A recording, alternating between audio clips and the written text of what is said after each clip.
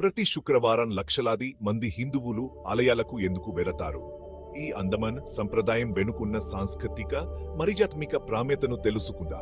హిందూ భక్తులకు శుక్రవారం వారంలో మరో రోజు మాత్రమే కాదు, శ్రీదేవి ఆలయాలను దర్శించుకుంటూ ప్రేమ, భక్తి మరియు ఆధ్యాత్మిక అనుబంధంతో నిండిన రోజు.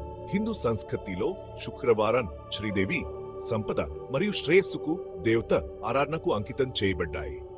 ఈ రోజు ప్రార్థనలు చేయడం వల్ల ఆశీర్వాదాలు మరియు కోరికల నెరవేర్పు లభిస్తుందని భక్తులు నమ్ముతారు.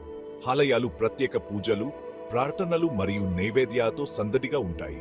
కుటుంబాలు కలుస్తాయి, స్నేహితులు తిరిగి కలుస్తారు మరియు సమాజాలు భక్తి అనుభవాన్ని పంచుకుంటాయి.